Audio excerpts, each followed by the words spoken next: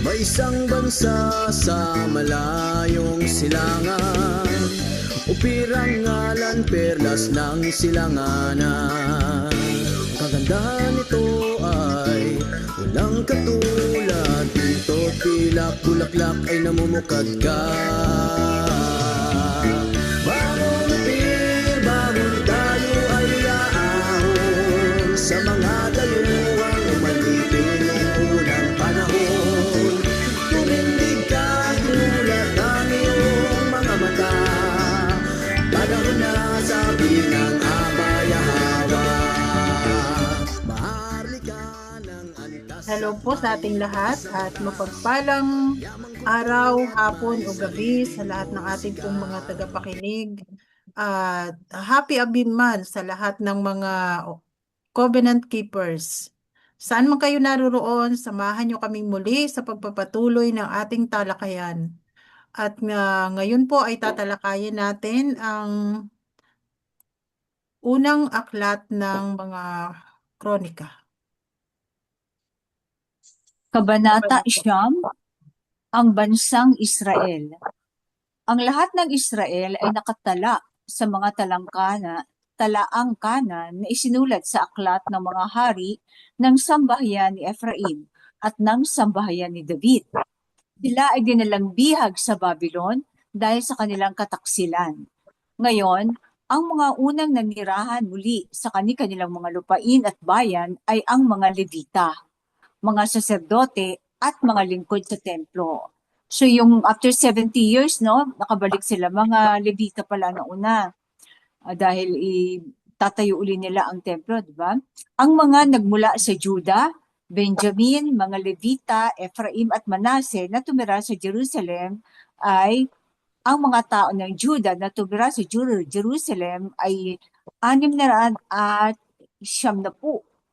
Si Utay na anak ni Amihud, na anak ni Omri, na anak ni Imri, na anak ni Bani, mula sa angka ni Perez, na anak ni Juda.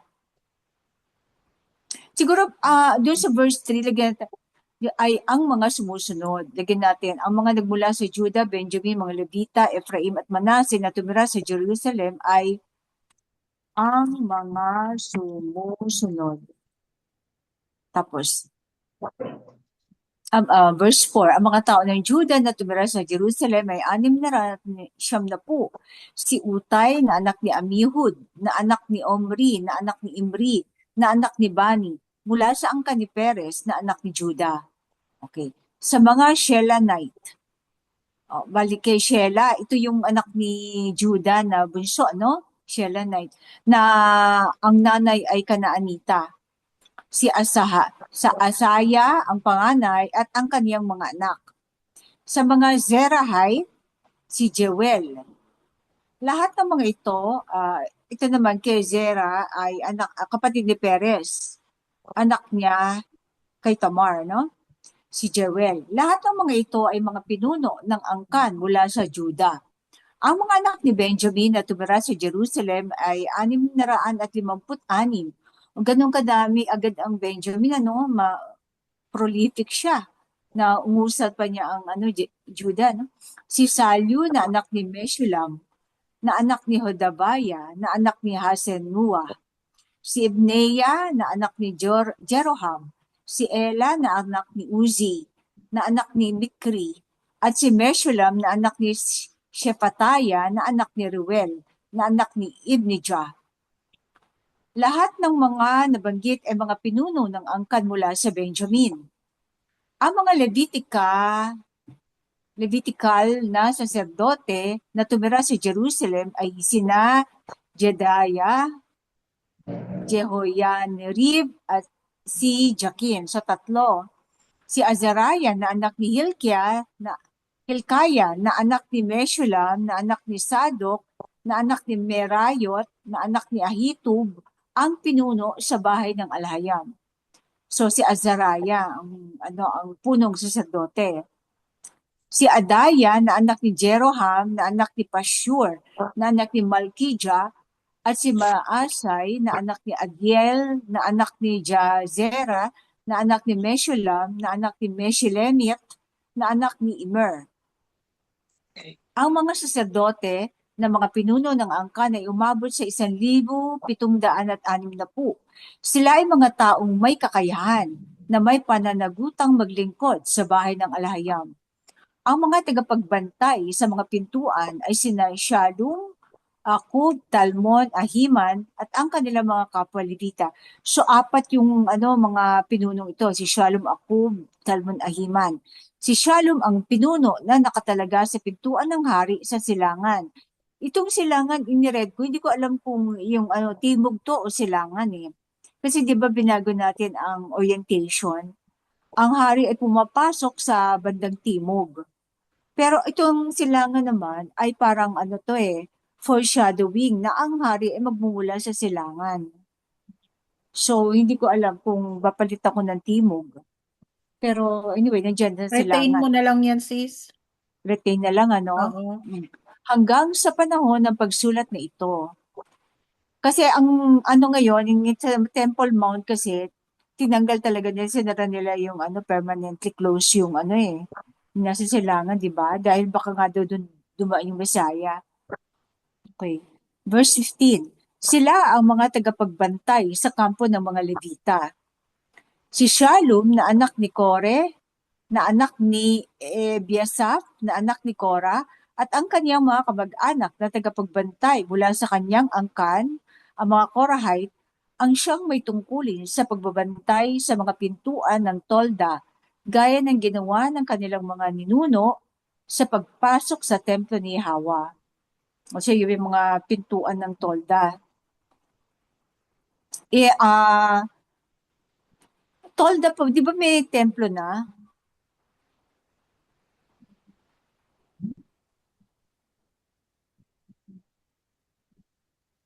Di ba pintuan na? Tolda pa ba to? Yung templo? O sinasabi Templo na lang ito, nakaraan? sis. Wala. Oo.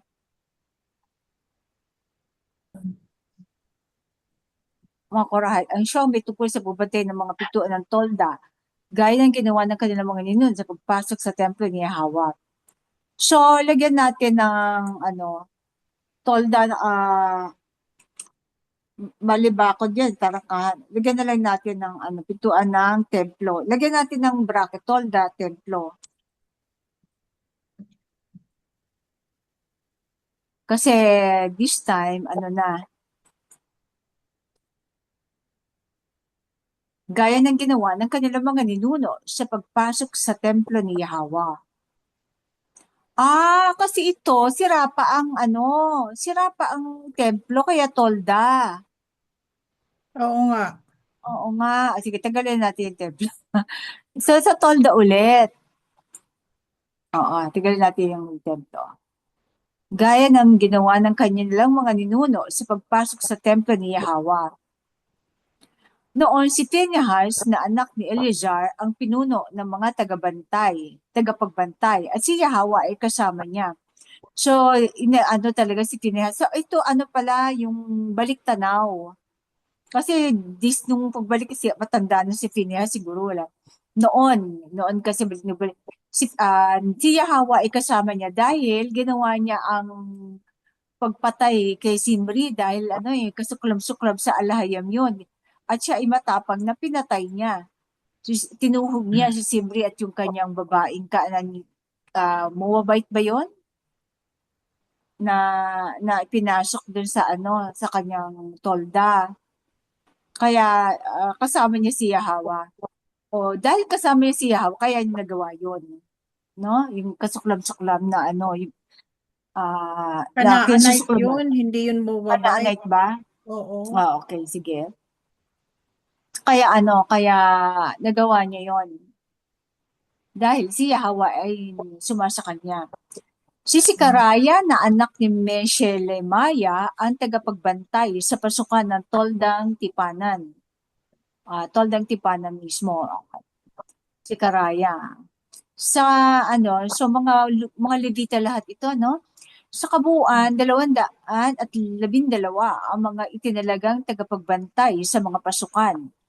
Sila ay nakatala sa talaang kanan ng kanilang mga nayon. Ano ba yung 212 degrees? Itinalaga sila ni David at ni Samuel na propeta sa kanilang tungkulin. Sila at ang kanilang mga anak ay siyang namahala sa pagbabantay sa mga pintuan ng sambahayan ni Yahweh, ang bahay na tinatawag na templo ni Yahweh. Ang mga tagapagbantay ay nakapwesto sa apat na panig, silangan, kanluran, hilaga at timog. Ang kanilang mga kapwa Levita sa mga nayon ay kailangan magpalit-palitan sa pagbabantay tuwing 7 araw. So every week ang palitan, so 1 week ang no? Subalit ang apat na punong tagapagbantay, yung apat na nasa taas sina Shalom, na mga Levita, ang siyang may pananagutan sa mga silid at mga kayamanan sa bahay ng alahayam. Sa mismong tolda, no? Sila ay nagbabantay sa gabi sa paligid ng bahay ng alahayam, sapagkat sila ang may hawak ng susi at nagbubukas nito tuwing umaga. Kasi siyempre, mga ginto ang mga kasangkapan doon eh. Verse 25, ilan sa kanila ang tagapangasiwa sa mga kasangkapang ginagamit sa templo. Binibilang nila ang mga iyon kapag dinadala at ibinabalik. Ang iba naman ay nakatalaga sa mga kasangkapan at sa lahat ng iba pang kagamitan ng santuaryo, pati na sa espesyal na harina, alak, langis ng olibo, insenso at mga espesya. Ngunit ang ilan sa mga saserdote ang may tungkulin sa paghahalo ng mga espesya o yung spices. Isang Levita na nangangalang Matitaya, ang panganay na anak ni Shalom na Korahite, ang itinalaga sa paggawa ng tinapay na handog. Si Shalom yung punong punong bantay. At anyang panganay na anak ang naghahandog ng tinapay. So, sinisiguro nila na walang lason o malinis, no? Ang ilan sa mga Kohathite, mga kapwa Levita, ang nangangasiwa sa paghahanda ng tinapay na ilalagay sa mesa tuwing Sabat. Siguro, mesa ng presensya, no? Mesa ng tinapay ng presensya tuwing Sabat. Lagyan natin, ilalagay sa mesa ng tinapay ng presensya. Lagyan natin. Ilalagay sa mesa ng tinapay ng presensya. Kasi baka akala nila mesa, baka pagkain lang ng no?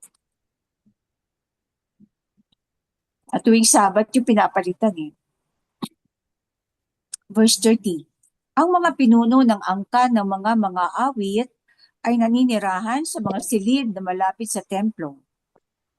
At hindi na kailangan gumanap ng ibang tungkulin dahil sila ay inatasan sa paglilingkod sa araw at gabi. So yung mga awit ay doon na nakatira kasi umaga't gabi sila umaawit. So no wonder ang mga Ophirian ay mahilig umawit Lagi na tayo nanalo sa mga international at saka kahit sintonado maawit pa rin, di ba? Yung mga karaoke dyan, mahilig talaga nasa dugo ang pag-awit talaga. At saka wala silang gawain na walang umaawit, no? So isa yung katibayan o tanda na narito ang mga Levita dahil sa akal lupalop may magagaling na mga awit. Verse 31.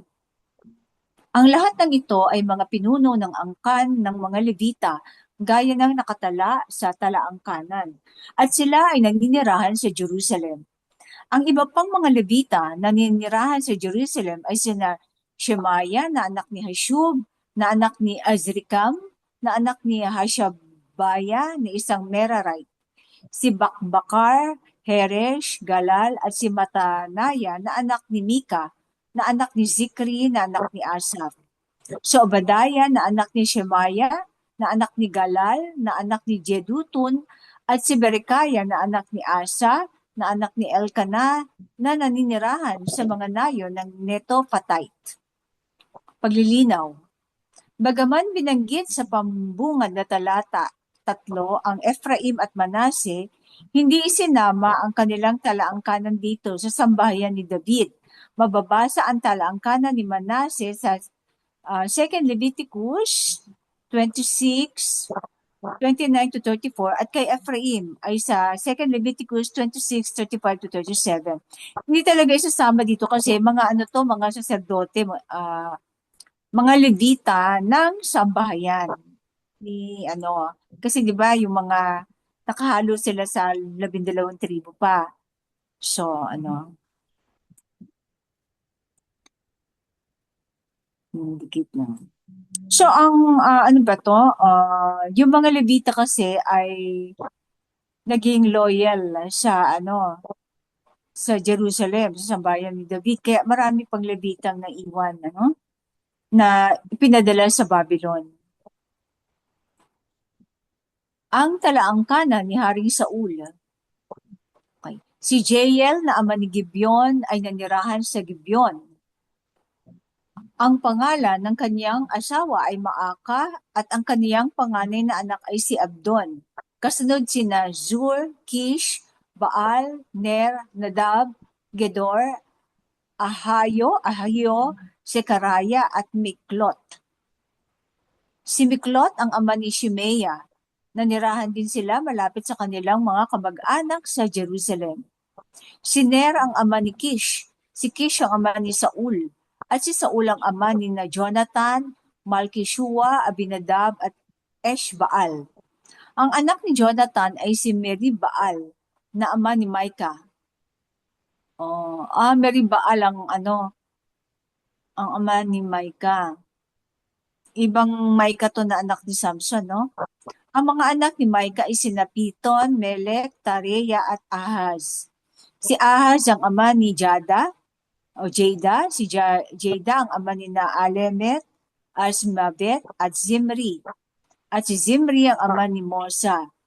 Si Mosa ang ama ni Bineya, si Refaya ang anak nito, si Eliasa ang anak niya at si Azel ang anak niya. Si Azel ay may 6 na anak at ito ang kanilang mga pangalan. Azrikam, Bokeru, Ishmael, Shiraya, Obadaya at Hanan. Sila ang mga anak ni Azel. So, siguro yung mga scholar nung unang panahon, talaga gumawa pa sila ng graph, mga talaangkanan. May mga katanungan po o reaction? Kasi tayo sa Kabanata 10. Nagpakamatay si Haring Saul. Nakipaglaban ang mga Philistine laban sa Israel at natalo ang mga Israelita at marami ang namatay sa bundok ng Gilboa. Okay. So, hinabol ng mga Philistine si Haring Saul at ang kanilang mga anak at napatay sina Jonathan, Abinadab at Malkishua. So tandaan natin wala na dito ang Alahayam, iniwan na ang mga Israelita. Ang Alahayam ay nasa panig ni David na nasa lupain ng mga Philistine, di ba? Mga Filisteo. Kaya akala nila yung mga Filisteo ang nagkipaglaban ngayon sa sambahayan ni Saul. Okay, verse 3. Lalong tumindi ang labanan at tinamaan ng mga mamamana si Haring Saul habang siya ay tumatakas. So huli pa lang namatay si Saul. Nauna yung mga 3 niyang anak. Sinabi ni Haring Saul sa kanyang tagapagdala ng baluti, "Hugutin mo ang iyong espada at tapusin mo na ako. Baka abutan ako ng mga hindi tuli at lapastanganin pa ako." Ngunit natakot ang tagapagdala ng baluti at hindi nagawa ito. Kaya't kinuha ni Haring Saul ang kanyang sariling espada at isinaksak sa sarili. Nang makita ng tagapagdala ng baluti na patay na si Haring Saul, siya man ay nagpatihulog sa kanyang espada at namatay. Ay talaga nilang patayin yung inanoint, no? Ano nga ba yung tawag sa English ito, ay sa Japanese? Hara, yung nagsisuicide? Hara, ano? Harakiri. Oo, harakiri. Oh. Pagsaksak, Verse 6. Kaya't sabay-sabay na namatay si Saul at ang kanyang 3 anak. Nang makita ng lahat ng Israelita na nasa lambak ang pagkatalo ng hukbo, iniwan nila ang kanilang mga bayan at tumakas. Pinasok at sinakop ng mga Philistine ang mga ito. Kaya napunta sa mga no? Kinabukasan, nang balikan ng mga Philistine ang mga patay upang samsaman, natagpuan nila si Haring Saul at ang kanyang mga anak na nakahandusay sa bundok ng Gilboa. Nilimas nila ang kagamitan ni Saul, pinugutan siya ng ulo, kinuha ang kaniyang baluti at ipinadala ang balita sa buong lupain ng mga Philistine, sa mga templo ng kanilang mga idolo at sa kanilang bayan. Mm-mm. Pero habang ginagawa ito, di ba, ninakawan naman yung ni David ng mga, ano ba yun? Yung lahi ng biyena ni Jacob, no? Ano pa? Inilagay nila ang baluti ni Saul sa templo ng kanilang mga idolo at isinabit ang kanyang ulo sa templo ni Dagon. Yun nangyari kay Saul. Nang marinig ng mga taga Jabesh Gilead ang ginawa ng mga Philistine kay Haring Saul, nagtipon ang lahat ng magigiting nilang lalaki. Kinuha ang mga katawan ni Saul at ng kanyang mga anak at dinala ito sa Jabesh. Inilibing nila ang kanilang mga buto sa ilalim ng isang malaking puno sa Jabesh. So, matagal na panahon na kasi buto na lang eh. At nag-ayunan sila ng 7 araw. Pero yung walang ulo, naiwan yung ulo sa sa templo ni Dagon. Pero siguro mahabang panahon kasi buto na lang eh. O ba kinain ng mga hayop yung laman. Namatay si Haring Saul dahil siya ay hindi naging tapat at hindi sumunod sa utos ni Yahweh. Humingi pa siya ng patnubay sa isang mangkukulam sa halip na sumangguni kay Yahweh. Ayun, yung mga isa ding yun. Binura natin yung yung parting yun, di ba? Yung pagsangguni sa mangkukulam. Kaya't hinayaan siya ni Yahweh na mamatay sa kamay ng kanyang mga kaaway at ibinigay ang kaharian kay Haring David na anak ni Jesse. Okay, may katanungan? Iisip ko naman kung kung binura ng mensahero yung pagsangguni niya, pwede kasi natin pakita doon na nanggaling sa ilalim yung usok, di ba? Ilalim ng lupa. Hindi ay yung Pero anyway, Kabanata 11, si David, hari ng mga Israelita. Okay, ito na si King David, Ang buong Israel ay nagtipon kay Haring David sa Hebron at nagsabi, kami ay iyong sariling laman at dugo. Noon pa mang si Saul ang hari, ikaw na ang namumuno sa mga Israelita sa kanilang mga labanan. At sinabi ni Yahweh na ating alhayam sa iyo, ikaw ang magiging pastol ng aking bayan at ikaw ang magiging pinuno nila. Kaya't nang magtipon ang lahat ng nakatatanda ng Israel kay Haring David sa Hebron, nakipagtipan siya sa kanila sa harapan ni Yahweh at pinahiran nila ng langis si David bilang hari ng Israel, ayon sa pangako ni Yahweh sa pamamagitan ni Samuel. So pangalawang beses siyang inanoint, Yung una, si Samuel lang sa harap ng kanyang ama at saka pamilya, di ba? Pero this time, buong Israel. Tandaan, ito ay ikalawang pagpapahid kay David bilang hari. Ang una ay sa pamamagitan ni Propeta Samuel. Okay. Nasakop ni Haring David ang Jerusalem. Si Haring David at ang lahat ng mga Israelita ay nagtungo sa Jerusalem, na noon ay tinatawag na Jebus. Sinabi ng mga Jebusite na naninirahan doon kay Haring David, hindi ka makakapasok dito. Ngunit kasi walled city ang Jebus, di ba? Ngunit nasakop ni Haring David ang kuta ng Zion na mula noon ay tinawag na City of David. So, bandang bandang baba ng Temple Mount, no? So yun ang ginawang City of David, yung kuta ng Zion. Sinabi ni Haring David, ang mauuna sa pagsalakay sa mga Jebusite ang itatalaga kong pinuno ng hukbo. Kasi yung Temple Mount muna sa Jebusite yun, di ba? Si Joab na anak ni Zeruiah ang naunang sumalakay kaya siya ang naging pinuno. Ang matapag talaga ito si Joab na loyal naman kay David, no? Kaya lang, hindi mawawala sa kanila ang ketong. Sabi mo, lalahi, Tumira si Haring David sa kuta at tinawag itong City of David. Pinalawak niya ang lungsod mula sa mga terasa hanggang sa pader na nakapalibot at si Joab ang nag-ayos ng natitirang bahagi ng lungsod. Patuloy na lumakas si Haring David sapagkat kasama niya si Yahweh na alayam ng mga Israelita.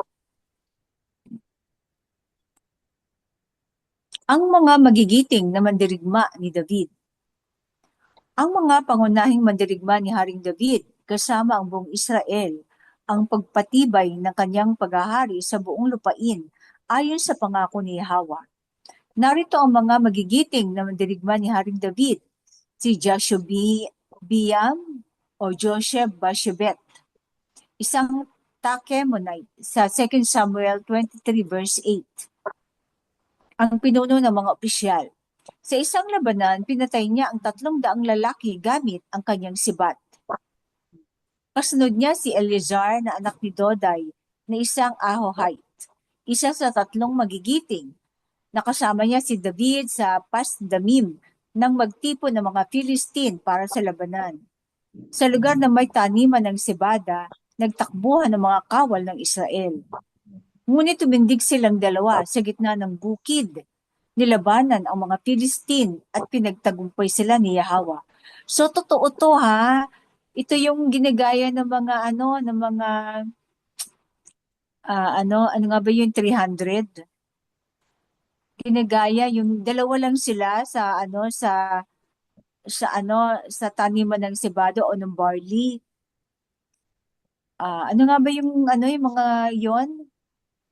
Ano yun? 300 committee? Spartan. Oo, Spartan. Spartan. Ito ang ginagaya nila. Sabi nila, Jewish din daw sila. Pero hindi mga Greek yan eh. Ito ang ginagaya, dalawa lang sila nakalaban nila mga, okay. Kasi di ba ang Sparta, ang ibig sabihin ng Sparta, mga barley eaters. Yun ang tawag sa Oo. Ngunit tumindig silang dalawa sa gitna ng bukid, nilabanan ang mga Philistine at pinagtagumpay sila ni Yahweh. Verse 15. Minsan, 30 pinuno ang bumaba kay David sa kuweba ng Adulam habang nagkakampo ang mga Philistine sa Valley of Rephaim. Valley of Rephaim. As is na ba yan, Valley?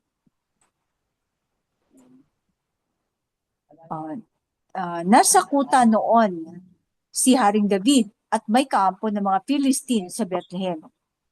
Nauhaw si David at nagsabi, sana may makakuha para sa akin ng tubig mula sa balon sa tabi ng pintuan ng Bethlehem.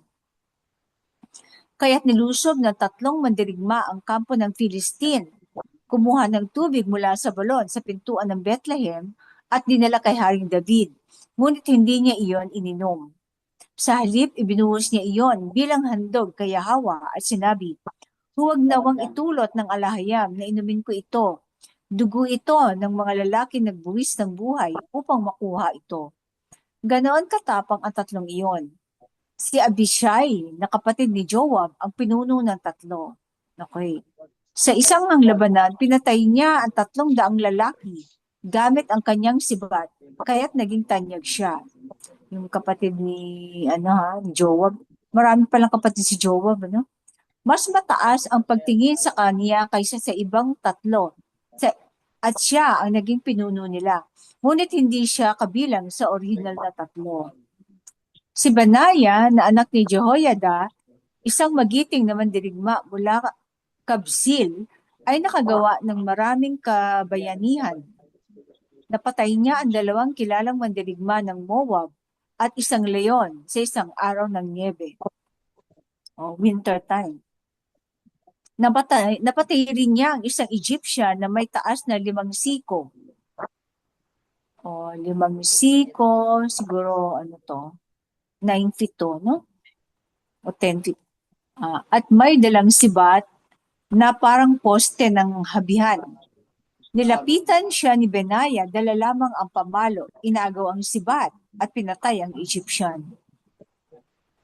Dahil dito, naging kasing tanyag siya ng 3 magigiting. Pinapahalagahan niya siya kasama ng 30, pero hindi siya kabilang sa 3 pangunahing mandirigma. Itinalaga siya ni Haring David bilang pinuno ng kanyang mga bantay. Narito ang iba pang magigiting na mandirigma. Asahel na kapatid ni Joab, Elhanan, anak ni Dodo mula Bethlehem, pakimbit lang po. Shamot na isang Harorite, Heles na isang Pelonite.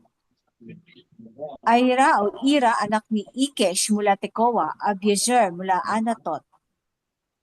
Si Bekay na isang Hushatite, Ilay na isang Ahohite, Maharay na isang Netopatite, Heled anak ni Baana ng Netopatite, Itay anak ni Ribay mula Gibeya ng Benjamin, Benaya na isang Piratonite,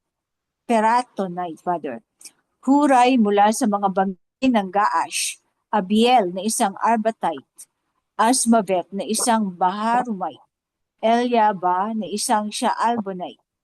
Ang mga anak ni Hashem na isang Gizonite, Jonathan anak ni Shagi na isang Hararite, Ahiam na anak ni Sakar na isang Hararite, Elifal anak ni Ur, Hefer na isang Mekeratite, Ahijah na isang Pelonite, Hezron na isang Carmelite, Naaray anak ni Esbai, Joel kapatid ni Nathan, Mibhar anak ni Hagri, Selek na isang Ammonite, Naharay na isang Berotite na tagapagdala ng baluti ni Joab anak ni Zeruya. Verse 40, Ira na isang Itrite, Gareb na isang Itrite, Uriah na isang Hittite, asawa ni Bathsheba. Zabad anak ni Alay, Adina anak ni Shiza na isang Rubenite, na pinuno ng mga Rubenite at may 30 lalaki kasama niya. Hanan anak ni Maaka, Joshaphat na isang Mithnite, Uzziah na isang Ashteratite, Shama at Jeiel na mga anak ni Hotam na isang Aroerite, Jediel anak ni Shimri at ang kanyang kapatid na si Joha na isang Tizite, Eliel na isang Mahavite, Jeribay at Joshabiah na mga anak ni Elnaam, Itma na isang Moabite, Eliel, Obed at Jaashel na isang Mesobaite. So may mga foreigner siyang kasama dito, no? Hittite, Moabite. Okay. Yung katanungan, Pusitay, Kabanata 12. Mga mandirigmang sumama kay David.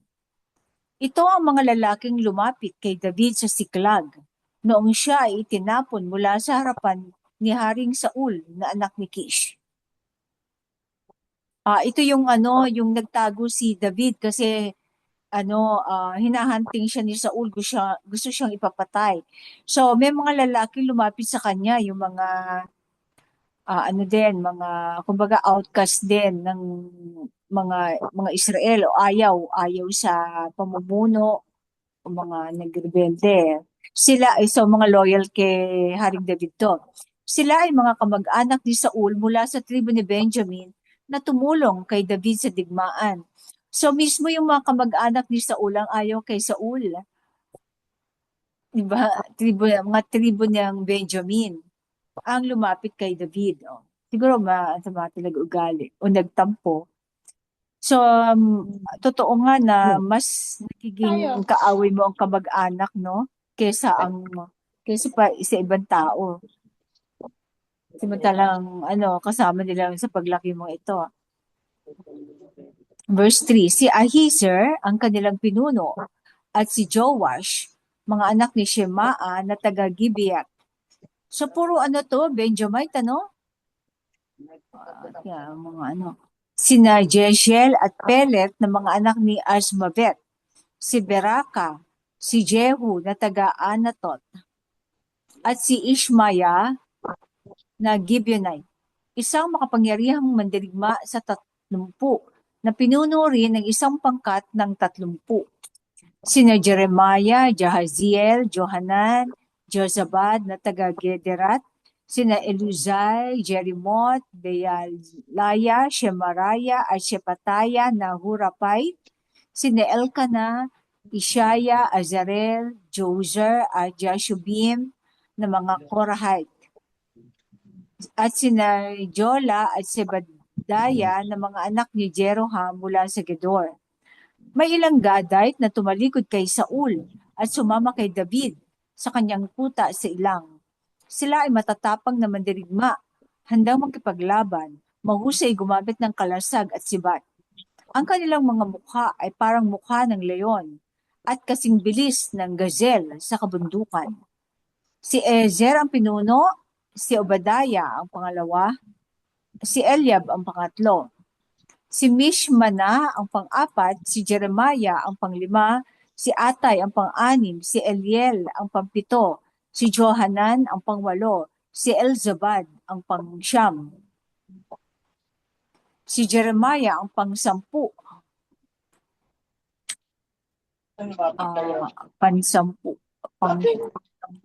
at si Makbanay ang pang-11. Lagyan natin yung G, mga pang. Ang mga Gadite na ito ay mga pinuno ng hukbo. Ang pinakakahinaan sa kanila ay katumbas ng 100, at ang pinakamatibay ay katumbas ng 1,000. O yung pinakamahina sa kanila ay kayang lumaban ng 100, no? Ganyan ang ng alayam. Verse 15. Sila ang tumawid sa ilog Jordan sa unang buwan, nang umaapaw ang tubig sa mga pampang, at kanilang itinaboy ang lahat ng tao sa mga libis, sa silangan at sa kanluran. May ilan pang Benjamite at mga lalaki mula sa Juda na lumapit kay David sa kanyang kuta. May ilan pang Benjamite at mga lalaki mula sa sambahayan, mula sa Judea, Judea, na lumapit kay David sa kanyang kuta. Kung Judea ang lugar lumabas si David upang salubungin sila at sinabi, kung kayo ay naparito sa kapayapaan upang tumulong sa akin, bukas ang aking mga kamay para sa inyo. Ngunit kung kayo ay naparito upang ako ay ipagkanulo sa aking mga kaaway, kahit wala akong ginawang kasamaan, nawa ay makita at hatulan kayo ng alahayam ng ating mga ninuno. So nagbigay na siya ng babalaan at curse if ever ipagkakanulo siya. Pagkatapos, ang espiritu ni Yahweh ay dumating kay Amasai, pinuno ng 30, at kanyang sinabi, kami ay iyo, David. Kasama mo kami, anak ni Jesse. Tagumpay sa iyo, at tagumpay sa mga tumutulong sa iyo, sapagkat tutulungan ka ng iyong alahayam. So, hindi siguro masasabi ni Amasai kung wala sa kanya ang espiritu ng Yahweh. Okay. Okay. Kaya tinanggap sila ni David at ginawang mga pinuno ng kanyang mga pangkat sa pagsalakay. So, verse 19. May ilan sa tribo ng Manase na tumalikod din kay Saul at sumama kay David nang siya ay sumama sa mga Filistin upang lubaban kay Saul. Hindi nila natulungan ang mga Filistin sapagkat matapos ang pagpupulong, ang mga pinuno ng Filistin ay nagsabi, kung siya ay magbalik loob sa kanyang Panginoon na si Saul, delikado ang aming mga ulo. So, ito yung pinauwi sila David, di ba? Pinauwi. Then, nang dumating si David sa Siklag, narito ang mga lalaki ng Manase na tumalikod kay Saul at sumama sa kanya. Sina Adna, Jozabad, Jediael, Michael, Jozabad, dalawang Jozabad, Elihu, at Silatay, mga pinuno ng libo-libong kawal ng Manase. Tumulong sila kay David laban sa mga sumalakay na pangkat, sapagkat silang lahat ay matatapang na mandirigma at mga pinuno sa hukbo. Araw-araw, may mga taong dumarating upang tumulong kay David, hanggang sa ang hukbo niya ay lumaki na parang hukbo ni Yahweh. So, hindi na sinabi dito yung pagbalik nila sa Siklag, kinidnap yung kanilang mga pamilya at nilimas ang kanilang mga ari-arian, di ba? Sino nga ba yung ano nga bang lahi yung nang limas sa kanila? Na nahuli nila yung Egyptian na Hindi ko matandaan, sis. Yun, lahi yun, yung biyena ni yung biyena ni Moses, ano nga ba ang lahi? Midianite. Oo, baka Midianite. Midianite ata yun? O Ammonite, hindi ko matandaan din eh. Pero parang ganun eh. Kasi taggutom yan, di ba? Kaya marami magnanakaw. Iba pang sumama kay David sa Hebron. Ito ang bilang ng mga lalaking armado na pumunta kay David sa Hebron upang ibigay sa kanya ang kaharian ni Saul, ayon sa salita ni Yahweh. So bumalik sila ng Hebron. Hindi pa pala. Ngayon pa, first time pangalan pala. Mula sa Judah, may dalang kalasag at sibat, 6,800. Ang dami. Armado para sa labanan. Mula sa Simeon, 7,100 mandirigmang handang lumaban. Mula sa Levi, 4,600, kabilang si Jehoiada na pinuno ng angkan ni Aaron, kasama ang 3,700 lalaki. O kapati ang Levi, si Jehoiada sumama sa kanya, no? Kasi siya ang pinahiran eh. Alam nila si David ang pinahiran. Kasama ang 3,700 lalaki. At si Sadok, isang batang mandirigmang matapang na may 22 opisyal mula sa kanyang angkan.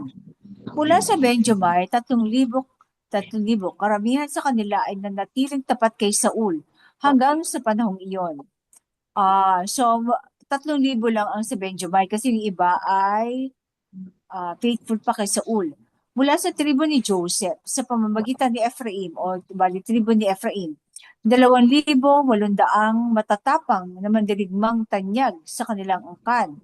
Mula sa tribo ni Joseph, sa pamamagitan ni Manase, 8,000 na pinangalanan upang sumama at gawing hari si David. Mula sa Isakar, mga lalaki may kaalaman sa panahon at alam kung ano ang dapat gawin ng Israel. 200 pinuno kasama ang lahat ng kanilang mga kabag-anak. So Isakar pala ang parang nila, weather forecaster, no? Kaalaman sa panahon. Isakar. Mula sa Zebulun, 50,000 bihasang kawal na may dalang lahat ng uri ng sandata, handang tumulong kay David ng buong katapatan. Verse 32. Mula sa Naphtali, 1,000 pinuno, kasama ang 37,000 lalaking may dalang kalasag at sibat. Mula sa Dan, 28,600 handang lumaban. Mula sa Asher, 40,000 bihasang mandirigmang handang lumaban. Mula sa silangan ng Jordan, 120,000 mula sa Ruben, Gad, at kalahating tribo ng Manase. Yung nasa eastern side ng Jordan, no? Armado ng lahat ng uri ng sandata. Ang dami niya, no? Ang lahat ng ito ay mga mandirigmang voluntaryong sumama sa hukbo at nagpunta sa Hebron na buo ang loob na gawing hari si David sa buong Israelita. Ang natitirang mga Israelita ay nagkaisang sumang-ayon na si David ang gawing hari. Sumang-ayon na rin yung mga ibang natitira. 3 araw silang nanatili roon kasama si David, kumain at uminom, sapagkat ang kanilang mga pamilya ang nagdala ng pagkain para sa kanila. At ang kanilang mga kapitbahay mula sa Isakar, Zebulun at Naphtali ay nagdala ng pagkain sakay ng mga asno, kamelyo, mola at baka. May saganang harina, tinapay na igos, mga datiles, tinapay, alak, langis, baka at mga tupa, sapagkat may malaking kagalakan sa buong Israel. So 3 araw sila nagdala. Tapos yung kanilang mga kamag-anak ang nagdala ng pagkain, parang potluck. 3 araw yon. May katanungan o reaction? Ano kaya to, no? Yung anointing ni David? Anong araw kaya to, no? Pistahan. Kabanata 13. Pagbabalik ng kaban ng tipan. Nakipag-usap si Haring David sa bawat isa sa kanyang mga opisyal, ang mga komandante ng libo-libo at komandante ng daan-daan.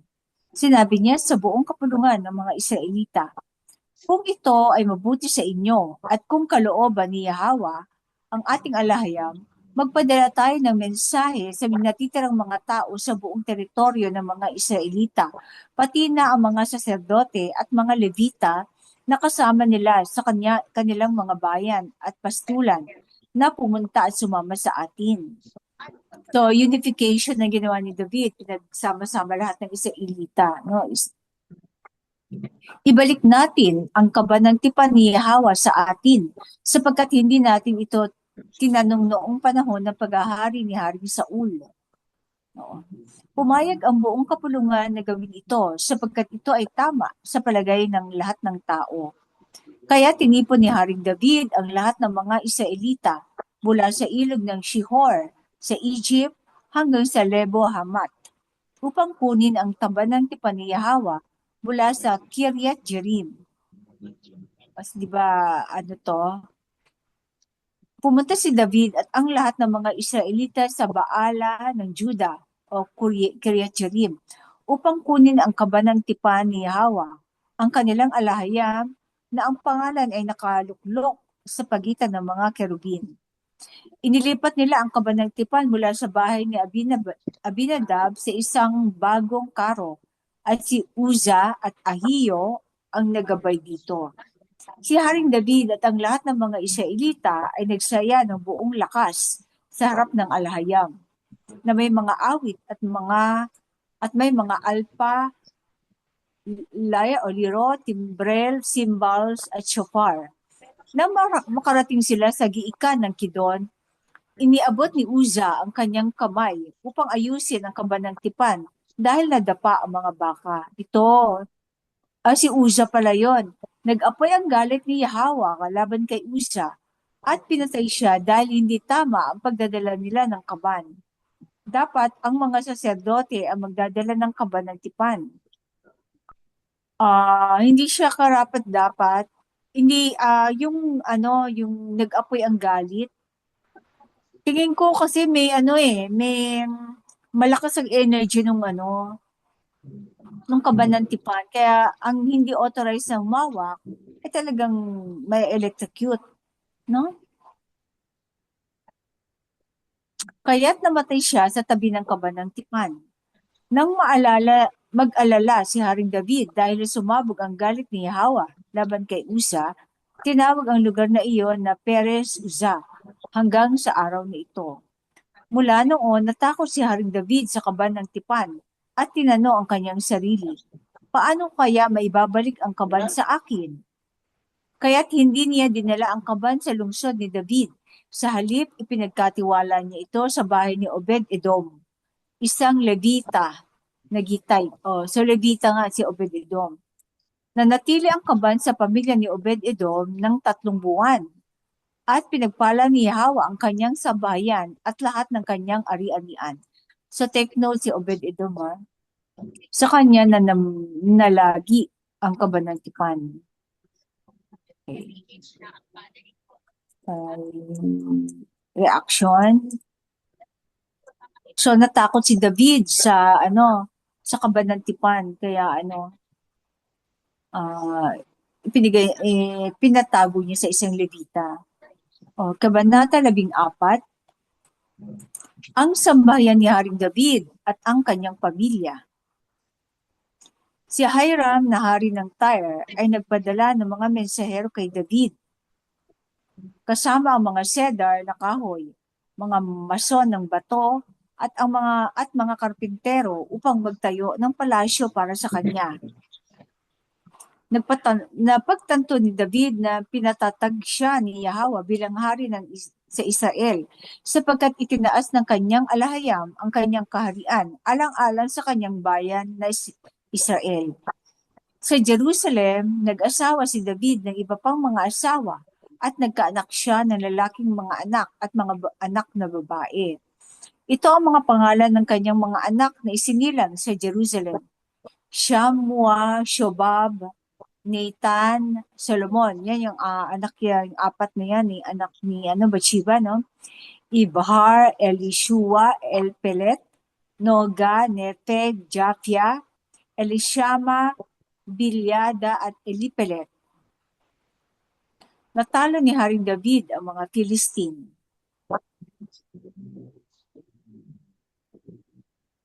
Nang mabalitaan ng mga Philistine na si David ay pinahiran bilang hari sa buong Israel, umahon silang lahat upang salakayin siya. So umakyat sila sa Judea, Jerusalem. Ngunit nabalitaan ito ni David at isinalubong niya sila. Dumating ang mga Philistine at kumalat sa lambak ng Rephaim. Kaya't sumangguni si David kay Yahweh na nagsabi, "Aatakihin ko ba ang mga Philistine? Ibibigay ko ba sila sa aking kamay?" At sinabi ni Yahweh, "Humayo ka at ibibigay ko sila sa iyong kamay." Talagang nagpaalam pa siya at nagtanong sa alahayam. Kaya't umatake sila sa Baal Perazim at doon natalo sila ni David. Sinabi niya, "Dinala ng alahayam ang pagkatalo ng aking mga kaaway sa pamamagitan ng aking kamay, na gaya ng pagbulwak ng tubig." So, yung malakas na na pwersa ng tubig to. Kaya tinawag nila ang lugar na iyon na Baal Perazim. Iniwan ng mga Philistine ang kanilang mga idolo doon at inuutos ni David na sunugin ang mga iyon. Muling lumusob ang mga Philistine at nagkalat sa lambak ng Rephaim. Muling sumangguni si David sa alahayam at sinabi sa kanya ng alahayam, "Huwag kang aatake ng harapan. Sa halip, paikutan mo sila at salakayin mula sa likuran sa tapat ng mga puno ng balsamo." So, hindi siya atake ng harapan. Kumbaga, palilibutan nila, no? Sa may balsamo.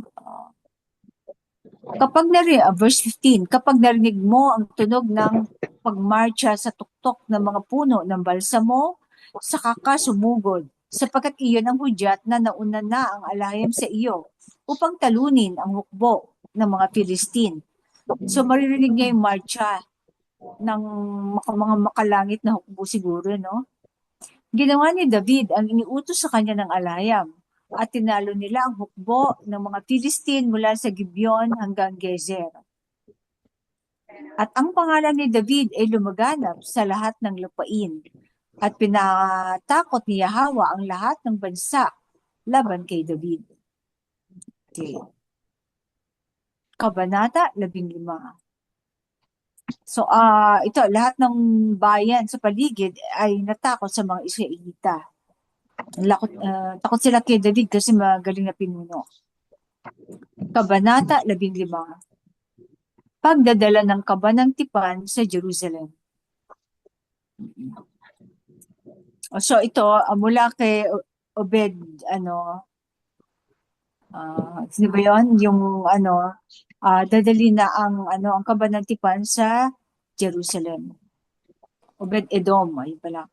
Nang matapos ni Haring David ang pagtatayo ng mga gusali para sa kanyang sarili sa lungsod ni David, inihanda niya ang isang lugar para sa kabanang tipan ni Yahweh at itinayo ang isang tolda para dito. Ah,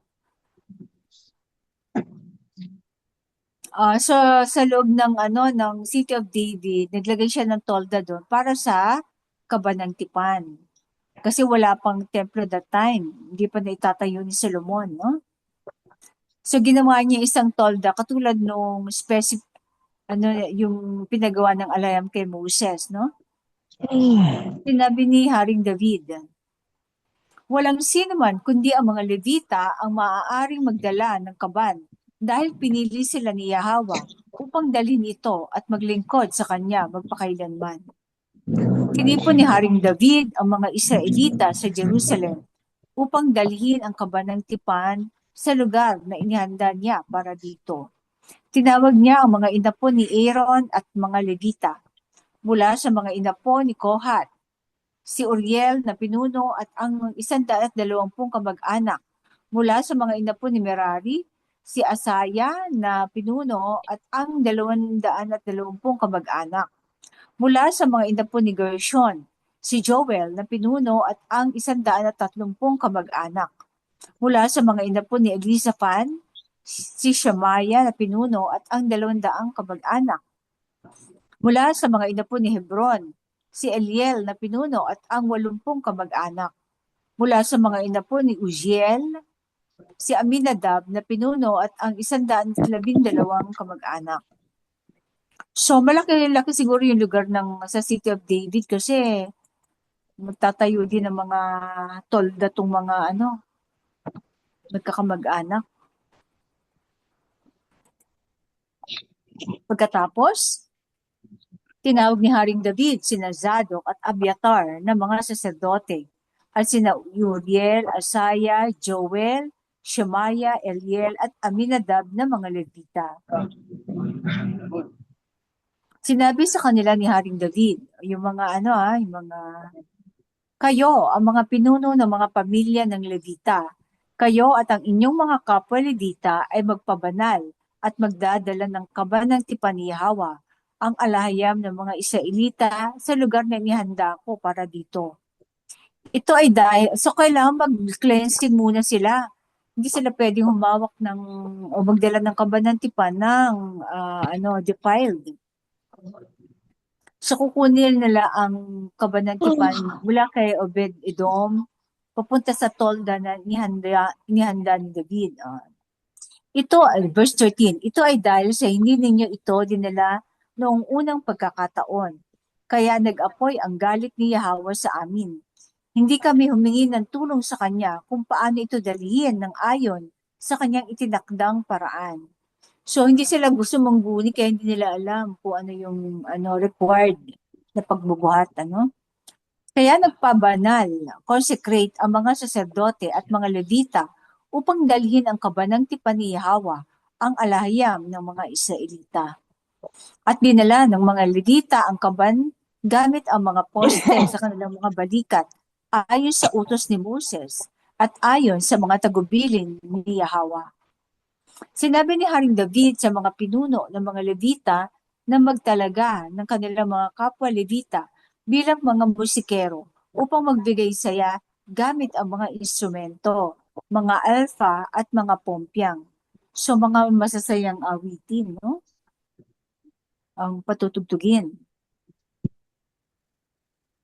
Kaya verse 17, kaya nagtalaga ang mga Levita kay Heman na anak ni Joel mula sa kanyang mga kamag-anak, si Asaph na anak ni Berekaya at mula sa kanilang mga kamag-anak na mga Meraraya, si Etan na anak ni Kushaya at kasama nila ang kanilang mga kamag-anak na susunod sa ranggo.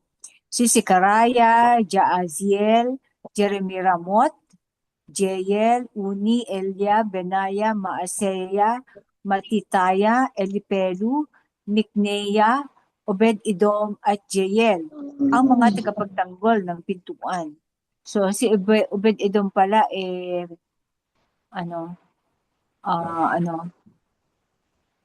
guard sa gate, no? Ang mga musikero na sina Heman, Arsap at Ethan ay magtutunog ng mga pompyang na tanso. Si Sekaraya, Jaaziel, Shemiramot, Jeiel, Uni, Eliab, Maaseya, Benaya ay tutugtog ng mga alpa ayon sa alamot o soprano. Alpa o soprano ng alamot. At sina Matataya, soprano pa, no? At sina Matataya, Elipelehu, Mikneya, Obed-Edom, Jeiel at Azazaya ay tutugtog ng mga alpa at mangunguna ayon sa Sheminith, pangwalong okta. Si Kananaya, ang pinuno ng Levita, ay mangunguna sa pag-awit. Ito ang kanyang tungkulin dahil siya ay bihasa rito. O, siguro magandang boses nito. Sina Berekaya at Elkana ay magiging mga bantay ng pintuan para sa kabanang tipan ni Yahweh. Sina Shebanaya, Joshaphat, Netanel, Amasai, Sekaraya, Benaya at Eliezer na mga saserdote ay magpapatunog ng mga shofar sa harap ng kaban ni Yahweh. Ilan to? 1, 2, 3, 4, 5, 6, 7. O 7 nga yung saserdote na magpapatunog ng shofar sa harap ng kaban ni Yahweh. Si Obed-Edom at Jeya ay magiging mga bantay rin ng pintuan para sa arka. So, pintuan pa yung pinakabanal, dakong kabanal-banalan, no? May dalawang bantay. Verse 25. Kaya si Haring David at ang mga nakatatanda ng mga Israelita at ang mga pinuno ng mga pangkat ng 1,000 ay nagpunta upang dalhin ang kaban ng tipan ni Yahweh mula sa bahay ni Obed-Edom na may kasayahan. Dahil tinulungan ni Yahweh ang mga Levita na nagdadala ng kaban ng tipan, 7 toro at 7 mga tupa ang inalay. Okay. Ngayon, si Haring David ay nakasuot ng isang balabal na pinong lino. Gayon din ang lahat ng mga Levita na nagdadala ng kaban at pati na rin ang mga musikero. At si Kenanaya na pinuno ng mga awit. At si Kenanaya ang pinuno ng mga awit.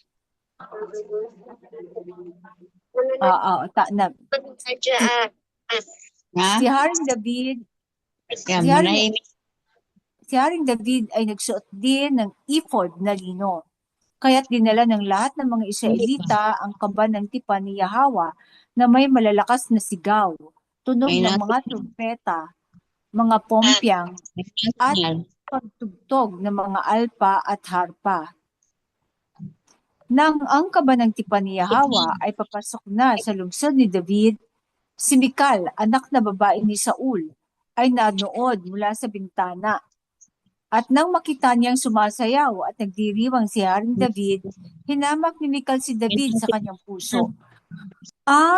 Siguro kaya hinamak ni Mikal kasi dahil patay na dito si Saul.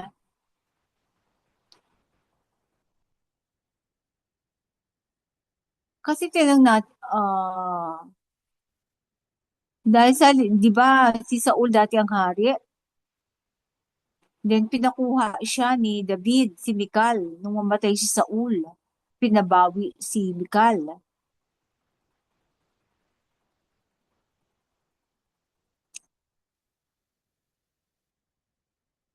So hindi lang paghamak dahil at saka walang nasusulat dito na nagubad siya, no? Nagsuot pa nga siya ng ipod eh. Diba? Pinong lino, tapos ipod na lino. So, mga corrupted yung version na sinabi na nagsayaw siya ng hubad sa alayang. Kabanata 16. Paglilingkod sa kabanang tipan. Dinala nila ang kabanang tipan ni Yahweh at inilagay ito sa loob ng tolda na itinayo ni Haring David para dito. At sila ay naghandog ng mga handog na susunugin at handog pagsasaluhan sa alaya. So, toldang tipanan pa lang to ha, wala pa ang templo.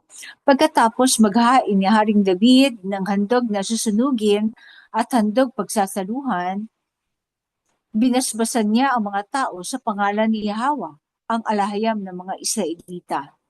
Pagkatapos, nagbigay siya ng isang tinapay at isang cake ng datiles sa bawat lalaki at babae sa Israel. So ito yung fruit cake, no? Date, datiles sa dates, cake. Okay. Itinalaga niya ang ilan sa mga Levita upang maglingkod sa harap ng kaban ng tipan ni Yahweh upang magpasalamat at papurihan ng lubos ni Yahweh, ang alahayam ng mga Israelita. Si Asaph ang naging pinuno at ang kasunod niya ay si Zechariah. Pagkatapos ay sina Jaaziel, Shemiramot, Jeiel, Matitaya, Eliab, Benaya, Obed-Edom at Jeiel. Ang mga ito ay magpapatugtog ng mga alpa at lira. Si Asaph ay tutugtog ng mga pompyang at sina Benaya at Jahaziel na mga saserdote ay magpapatunog ng mga shofar ng palagian sa harap ng kaban ng tipan ni Yahweh. So, dalawa ang papatunog ng mga shofar ng palagian. Noon ding araw na iyon, itinalaga ni Haring David si Asaph at ang kanyang mga kasamahan upang magpuri kay Yahweh sa ganitong paraan. Si Asaph ang pinuno, no? Magpuri kayo kay Yahweh, ipahayag ninyo ang kaniyang pangalan, ipaalam ninyo sa mga bansa ang kaniyang mga ginawa. Umawit kayo sa kanya, umawit ng papuri sa kanya. Isaysay ninyo ang lahat ng kanyang kamangha-manghang gawa. So yun ang pagpupuri. Awit,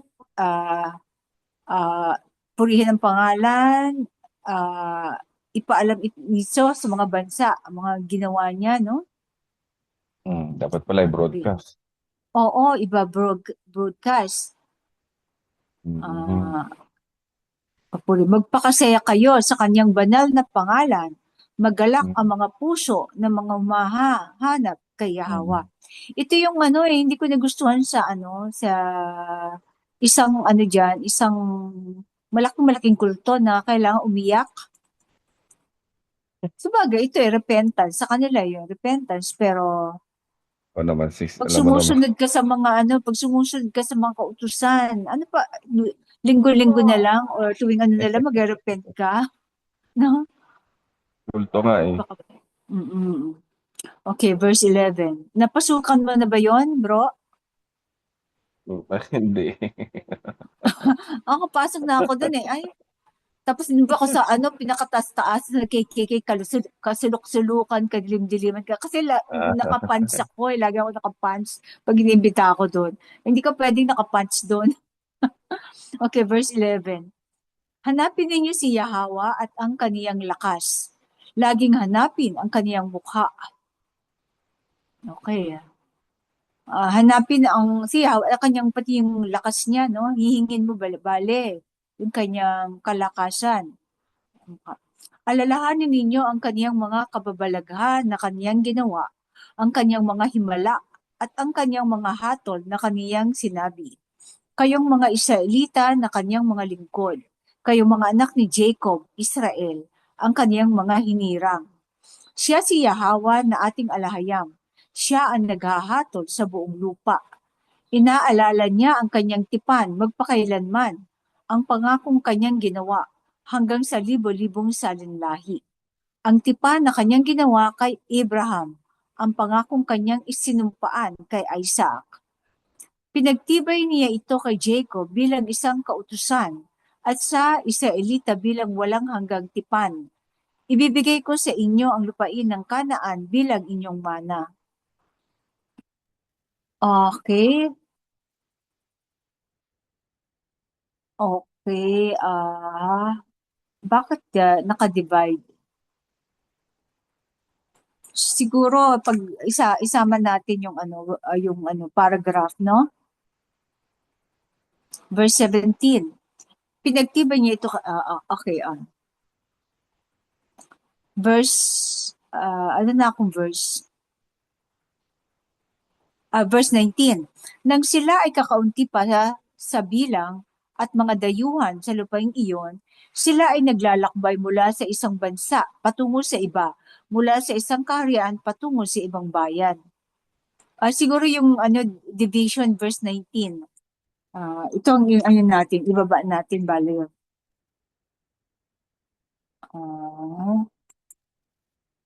Hatiin natin. Ay, ibang kwento na to. Nang sila ay kakaunti pa sa bilang at mga dayuhan sa lupain iyon, sila ay naglalakbay mula sa isang bansa patungo sa iba, mula sa isang kaharian patungo sa ibang bayan. Hindi niya pinahintulutan na apihin sila ng sinuman. Alang-alang sa kanila ay sinaway niya ang mga hari. Okay. Di ba? Pinotektahan sila ng alahayam. Huwag ninyong salingin ang aking mga pinahiran at huwag ninyong sasaktan ang aking mga propeta. Parang ginawa ni Balaam, ginawa niya kay Balaam, instead na i-curse sila, ay pinagpala palalo. No? Verse 23, umawit kayo kay Yahweh, buong lupa. Ipahayag ninyo ang kanyang pagliligtas sa araw-araw.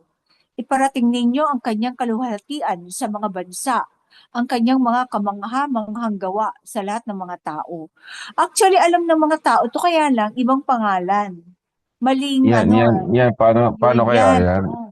Yan ang gusto Oo. kong gawin. Kaso lang paano? Oo. Mapapaaway ka eh. Oo. Mapapaaway ka. Hinayjack yung kanyang kwento, di ba? Hinayjack eh. Ay, hindi. Tsaka parang, Hayaan mong alahayam, bro.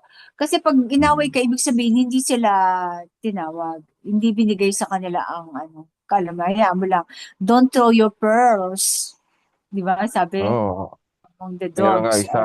Meron nga isa. Gusto kong buksan. Siyempre, yun naman ang pabuksan natin ang diwa sa alahayam. Yun nga. Ayaw Kaso talaga eh. lang, binara ko eh. Okay lang.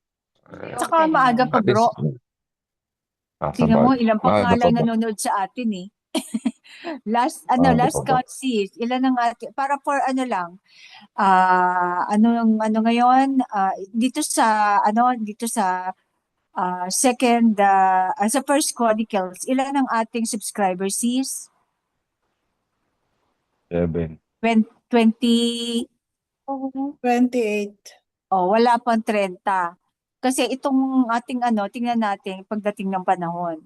So, itong mga nakikinig, nasa second, pa lang tayo, ay nasa First Chronicles pa lang, 28 pa lang, pero 28 pa lang ang subscriber. Ilang buwan na tayo nagre-record, sis?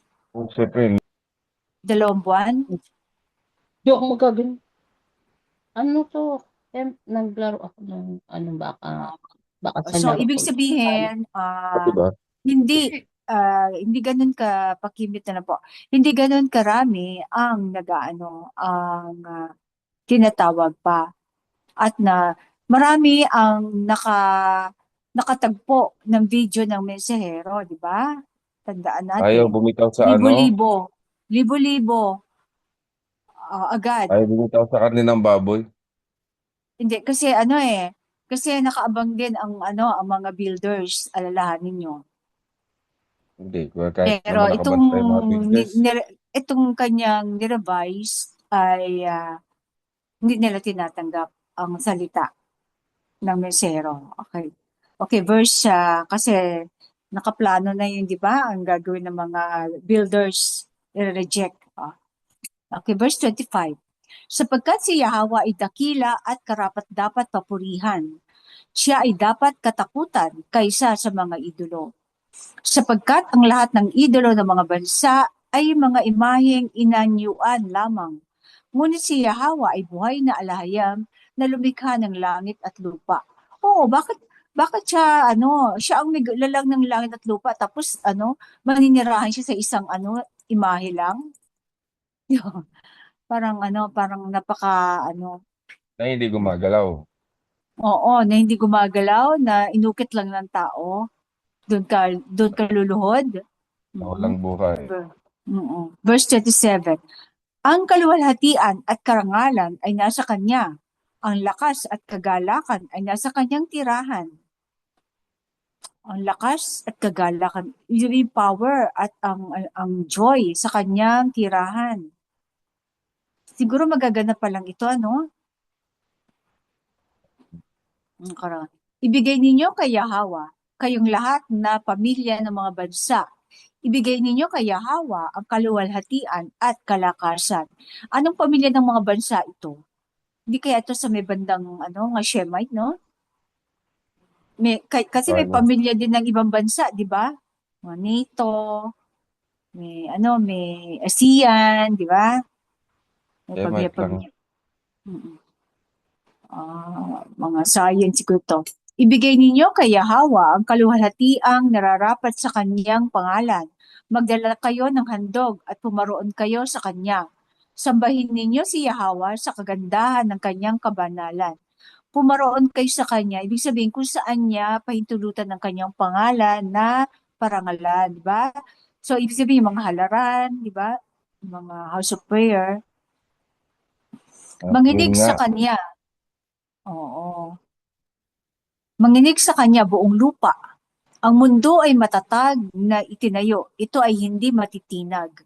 Magalak ang langit at magsaya ang lupa. Sabihin ninyo sa mga bansa, si Yahawa ang naghahari. Oo, siya, okay. Umugong ang dagat at lahat ng naroon. Magalak ang mga bukirin at ang lahat ng nasa kanila. Umawit ang mga punong kahoy sa kagubatan. Umawit sila ng kagalakan kay Yahawa, sapagkat siya ay darating upang hatulan ang lupa. Kahit mga punong kahoy umaawit, no? Magpasalamat kayo kay Yahawa, sapagkat siya ay makapangyarihan. Ang kanyang pag-ibig ay walang hanggan. Manalangin kayo. Iligtas mo kami, o Alahayam, na aming tagapagligtas. Tipunin mo kami at iligtas mo kami mula sa mga bansa upang maipahayag namin ang kaluwalhatian sa iyong banal na pangalan. Okay. Tipunin mo kami at iligtas mo kami mula sa mga bansa. Ayun.